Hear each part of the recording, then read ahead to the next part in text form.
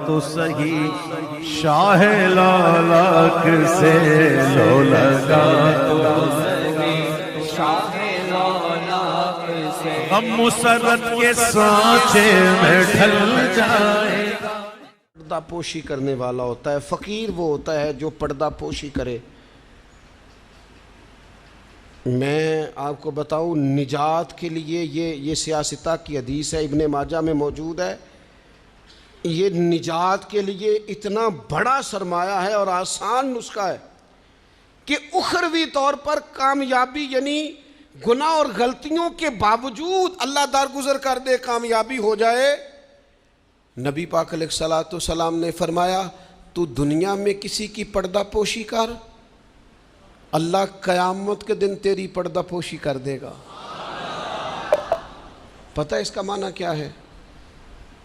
ऐब खोले बगैर ही रब क़यामत में माफ़ी अता कर देगा। इससे बड़ा सहारा है कोई? सिर्फ इतना करो, पढ़ते ही रहने दो। बड़ा शौक़ है लोगों को टो में पढ़ने का, जसूसी करने का, खबर लेने का। अच्छा, जो खबर लेनी चाहिए वो नहीं लेते।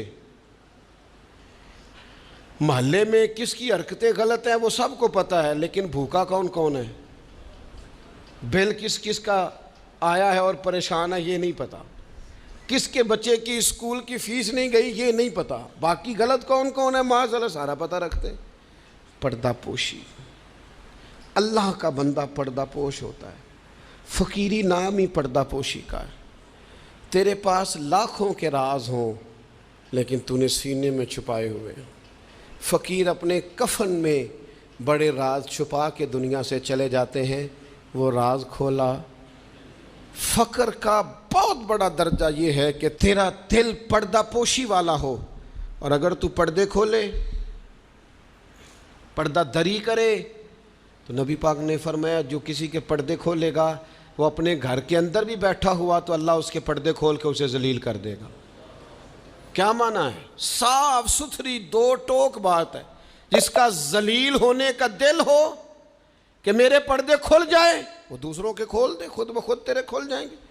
लेकिन दूसरों के बच्चों की बातें चस्के ले ले के करना और फिर कहना मेरे बच्चे बदनाम ना हो, दूसरों के घर की बातें मुंह खोल खोल के करना और फिर ख्याल करना कि तेरे बच्चों की कोई बात नहीं करेगा। ओ भाई, अगर चाहता है तेरे पर्दे कायम रहें तो फिर तू भी पर्दे कायम रख।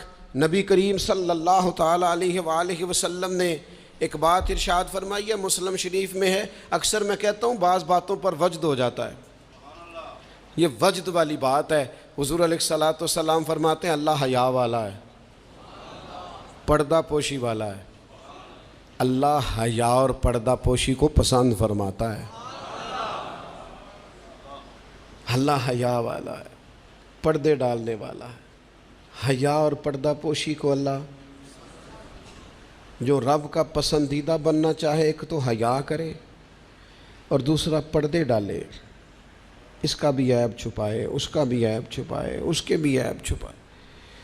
लेकिन यहाँ अगर तो तेरे पास दौलत और ताकत है तो फिर सारे ऐब छुपे हुए हैं, और अगर बंदा माड़ा है, गरीब है, तो फिर खोल खोल के मुंह बातें हो रही हैं। मेरी गुर्बत ने किया मुझको ज़माने में बदनाम, तेरी दौलत ने तेरे ऐब छुपा रखे। अपनी तबीयत को पढ़। अल्लाह का बंदा कंजुल माल में मौजूद है, हज़रत उमर रदी अल्लाह ताला अन्हु बैठे थे। ये ज़रा देखिए ये हुजूर की तरबियत याफ्ता जमात कैसी थी।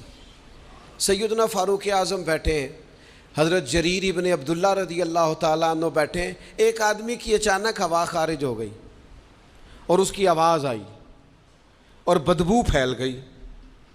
अब ये चीज़ें बाज़-औक़ात इंसानी तबीयत के कंट्रोल में नहीं होती। हमारे यहाँ लोग मजाक उड़ाते हैं, फब्तियाँ कसते हैं, तानाज़नी करते हैं। हवा खारिज हुई, आवाज़ भी आई और बदबू भी फैली। तो हज़रत जरीर इब्ने अब्दुल्ला फटाफट उठ के खड़े हुए हज़रत उमर से अर्ज़ करने लगे, हुजूर हम सारे जाके वज़ू ना कर आए। एक आदमी की हवा खारिज हुई है, वज़ू एक का टूटा है। हज़रत जरीर फटाफट उठ गए कि कहीं किसी एक की तरफ लोगों का इशारा ना हो जाए, वो बंदा शर्मिंदा होगा, पर्दा खुलेगा। ये तरबियत है रसूलुल्लाह के सहाबा की। उठ के खड़े होकर अर्ज की, हुजूर अमीरुल मोमिनीन, चूंकि आप इस वक्त हमारे इजाजत दें, सारे वुजू न कर आए। तो वो भी तो हजरत उमर थे ना। फरमाने लगे, तू इस्लाम कबूल करने से पहले भी सरदार था कबीले का, जरीर तू आज भी सरदार ही है। तेरी बातें सरदारों वाली हैं, तेरी बातें जरा बड़ी बड़ी हैं, तेरा दिल जरा बड़ा है। तूने जो बात की है वो बड़े लोग किया करते हैं,